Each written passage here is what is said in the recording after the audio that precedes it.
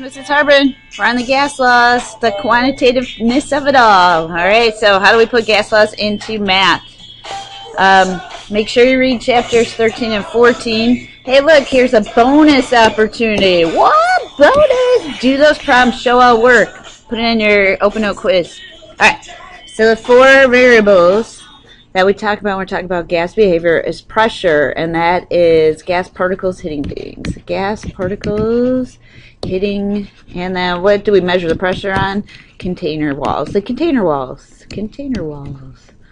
Alright, and we're going to use pascals, or torr, or atmospheres, or any other pressure units, millimeters of mercury. Haha, Freddie Mercury.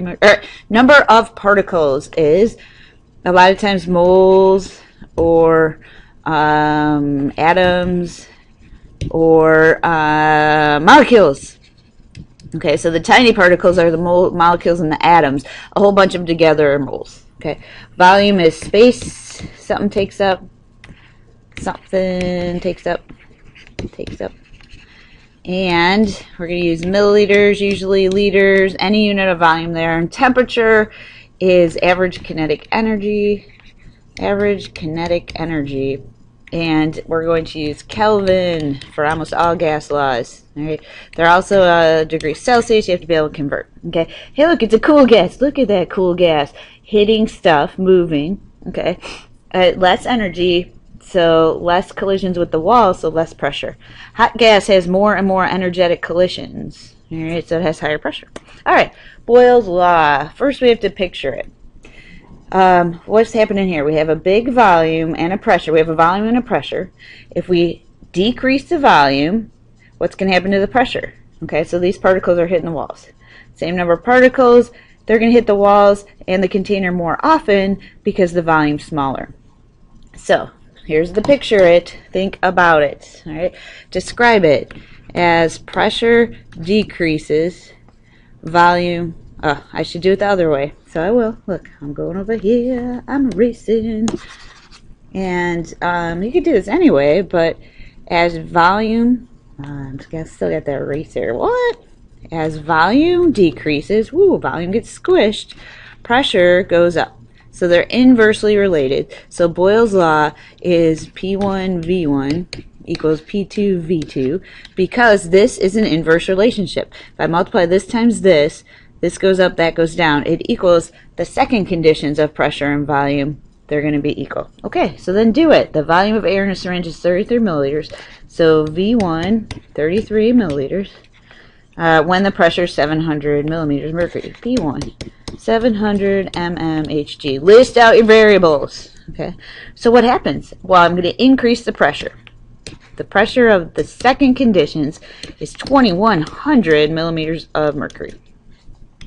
What is the new volume? Okay, so we have two pressures and a volume. The pressure goes up a lot, so what should happen to the volume? Well, if pressure goes up, volume must be going down. So should we get a bigger or smaller number there? Smaller. So here's what we do. We plug them in. P1 700, oh, that's a 700 mmHg times P1, I said P1, I mean V1, 33 milliliters, keep the units in. P2 is 2100 mmHgs times our X, divide by the 2100 mmHg. Right. So pressure goes up, volume should go down, divided by 2100 mmHg. Hey, look what happens to you. This bye-bye milliliters of mercury. Hello, milliliters. So we're looking for volume. We're left with volume. We plug it in. 700 times 33 divided by 2100. Booyah! We get 11 milliliters as our decreased volume. Okay. All right. Charles Law. Hey, Charles. What are you talking about? Let's picture it. Okay, temperature and volume. So look, it's number of moles or number of molecules held constant. At this low temperature, we have this volume. Okay. At this higher temperature, we have this volume. So what happens? So picture it. Think about this. T1 to T2. If temperature goes up, volume goes up. Describe it. If temperature goes up, volume goes up. And vice versa. So write it. All right, so Charles Law. V over T. As one goes up, the other one goes up. V over T. V1 over T1 equals V2 over T2. All right, it's going to be constant. This is Charles' law. Charles' law.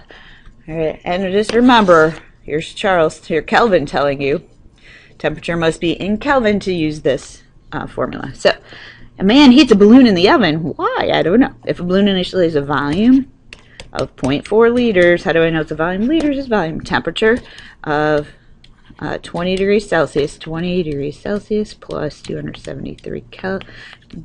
Factor is 293 Kelvin. What will the volume be? What? What's the new volume? If I take the temperature up to 250 Celsius, 250 degrees Celsius plus 273 equals, I better plug that in, 250 plus 273, and I get 523 Kelvin. Alright, so let's think about it first. Well, the temperature is going to go up. What should happen to the volume? Well, if one goes up, the other goes up. Well, let's see. So I plug it in, 0.4 liters times 293 Kelvin.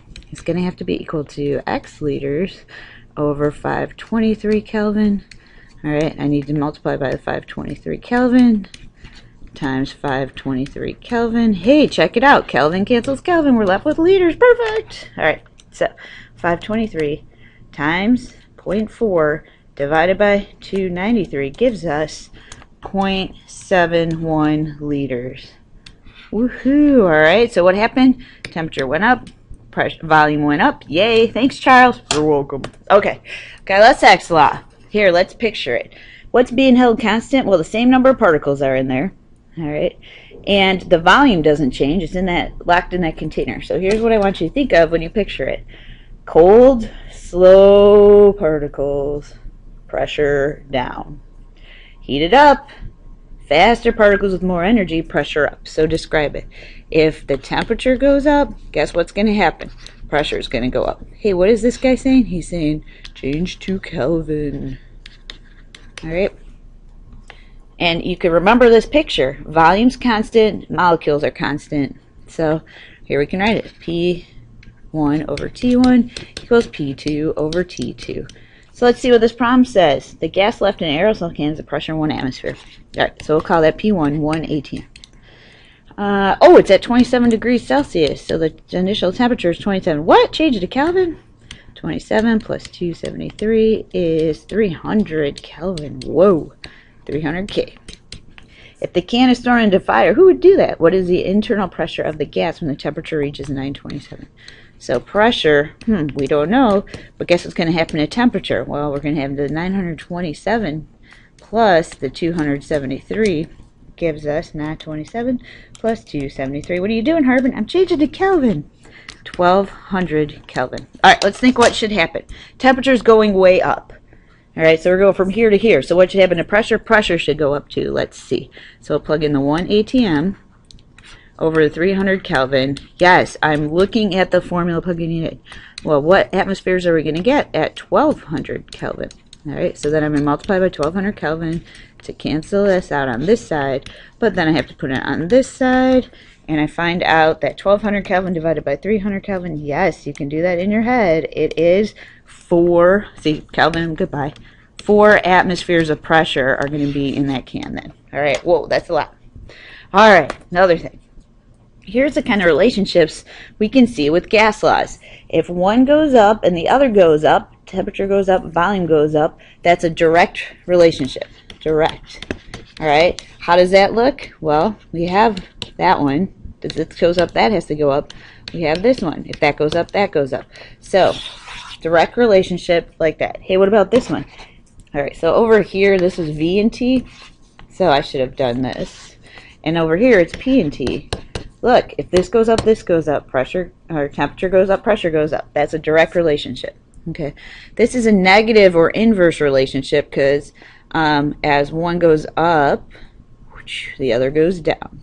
All right, so this is an inverse relationship, and P and V, as this one goes up, that one has to go down. So direct, one goes up, the other goes up. Inverse relationship is one goes up, the other goes down. Okay, so this number's getting bigger, this number's getting smaller. So make sure you know your graphs. All right, hey, can we take all those gas laws and combine them? Well, sure can. Here we do. here we have them. Okay, so what's staying constant is the number of moles or molecules stays constant. But we have pressure times volume over temperature equals pressure times volume over temperature of a second set of conditions. So do an example. A sample of gas at 15 degrees Celsius and 2 atmospheres of volume of 2 milliliters. What volume of the gas occupy at a different temperature and pressure? So we got temp, we got pressure, we got volume, and those are all at the same time. And here's a new temp and a new pressure. So what are we looking for? A new volume. So let's put in our P1, 2 atmospheres, times our V1, 2 milliliters, and divided by our T1, 15 degrees Celsius. Wait a second, what would Kelvin tell us? Kelvin would say add 273, and then we get 288, right? 288 Kelvin. Alright, so it's our first set of conditions. Our second set of conditions are 1 ATM times V2 x over 38. What would Kelvin tell us? Add 273. 38 plus 273 is 38 plus 273 is 311 Kelvin. Alright, so this time we have all of the variables except number of moles is changing. That's staying constant. And so then we have to multiply by 311 Kelvin over 1 ATM to get rid of it on this side. So on this side we're going to have 311 Kelvin divided by 1 ATM. So look what happens. See atmospheres, divided by kelvins, left with milliliters. Woohoo! And then we just plug and chug. So we'll go 311 times 2 divided by 288. And we get, well, undivided by 1, but we get 4.32 milliliters. Okay, that's going to be the new volume if we change the conditions. All right, what's cool about the combined gas law is you can get every other gas law from it. So say temperature is staying constant. Well, if temperature is constant, I don't have to plug it in here or here. And guess what I have? I have Boyles Law, pressure and volume. Okay, but what if pressure is not staying constant? But instead, what if the volume is staying constant? Well, guess what? If volume stays constant, then I don't need to put it in there or there. And then I have Gale-Lassax's law because it's P over T. Alright, so fun times. There's one more law we got to talk about, Dalton's law of partial pressure. And you know this from the putting air in the bottle. So look, if I have this much hydrogen in this container, it might have a pressure of 2.9 atmospheres. If helium in this container is a pressure of 7.2 atmospheres. But if I put them together in the same container, then I add up the moles, so I add up the molecules, and guess what? I have to add up the pressures. So picture it, P1 of a gas plus another gas is going to be, well, and then if you have any more gases, they're going to equal the total pressure of the container. Okay, so describe it, well, this is picture it, and we just described it. Dalton's law of partial pressure says that if you add more particles, more pressure. More pressure. So you just add up. Add more pressure. Okay, so if you know the pressure from one gas, then you and another one, then you add them up. So the P total is the pressure of one gas plus the pressure of another gas plus, hey, if you have 30 gases, add them up. So a sealed container has 3 gases. What? 3. The total pressure in the container, P total, is 1.2 atmospheres.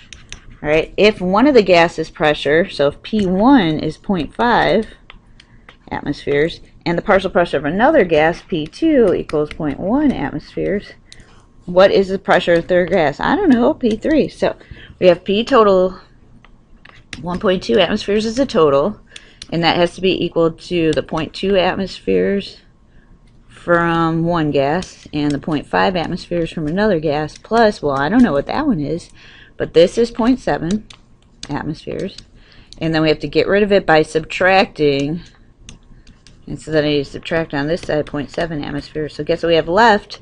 0.5 atmospheres is the partial pressure of that third gas. Alright, a little bit of math, a lot of fun. Gases rock. Okay. Vapor pressure. An uncovered glass of water will slowly evaporate. Evaporated molecules cause pressure. So here are my water molecules hitting a container, causing pressure. It's called vapor pressure. If this is open, some of them leave. Okay. But in gas laws, if you seal that container off and you have a certain number of gases, this is equilibrium. Why? Because every time one gas goes into the liquid, another gas comes out. and it's happening at the same rate, so that's an equilibrium. What if I change the pressure? What am I doing here? I am increasing the pressure by decreasing the volume. Well, is it at equilibrium? Not right now. Pressure has to go up for a while, and then more gas molecules dissolve as less evaporate, and so then in the meantime it's getting to equilibrium until we have it again. Look, 4 gas particles dissolving as 4 gas particles come out, so we're back at equilibrium. Okay, so decreasing the volume increases the pressure, but then we get back to equilibrium where the rate of going in is the same as the rate of coming out. Yay, gas laws. Okay, so there's a couple things going on here. At high altitude, you have to change your baking instructions. All right, think about why. Marshmallows in a vacuum. Hopefully I can show you that demo. Look at those happy marshmallows. All right, elevation. What do these dots represent? They represent gas. Where's there more gas pressure? At sea level, because look, there's more gases in the atmosphere at sea level, so there's more gas pressure. As you go up, less gases are held in the atmosphere, so there's less pressure. As you go up higher, even less pressure. Okay, so if you get to the top of the hill, like Mount Everest, and you feel a little dizzy, it's because there's less gas in the air, less gas pressure. All right, this is a good simulation. We might do it in class. It'll be fun. All right, so what do you have to do for gas laws? Memorize this one, and then you can get all of the other ones from it. All right, because all you got to do is cover up one, and you have the other ones. All right. Think about gases. Sort out your information to decide what to do. Now, just to refresh your memory, anytime we use gas laws, we're thinking it's an ideal gas. Real gases, though, at low temperatures and high pressures and low volume, will actually turn into liquids. Ideal gases are, we assume they're just particles with no attractions and elastic collisions, and so they follow the gas laws exactly. All right. Vapor pressure comes with the pressure of a used-to-be liquid. Yeah, I made that word up, used-to-be liquid. Then turned into gas. Okay? Gas laws are all around you, so go bake a cake, because that's fun times. All right? Hey, do you want bonus? Then do these problems. Hey, and guess what? Ask me about them if you're not sure. Show all work. Tell me which law it is. Peace out. After you check these objectives out. Okay? Yay, Freddie and David Bowie for Under Pressure, right? Well, Queen and David Bowie, but I was thinking Freddie Mercury. Mercury, temperature. Come on, you guys. It's all about chemistry. Peace out for real.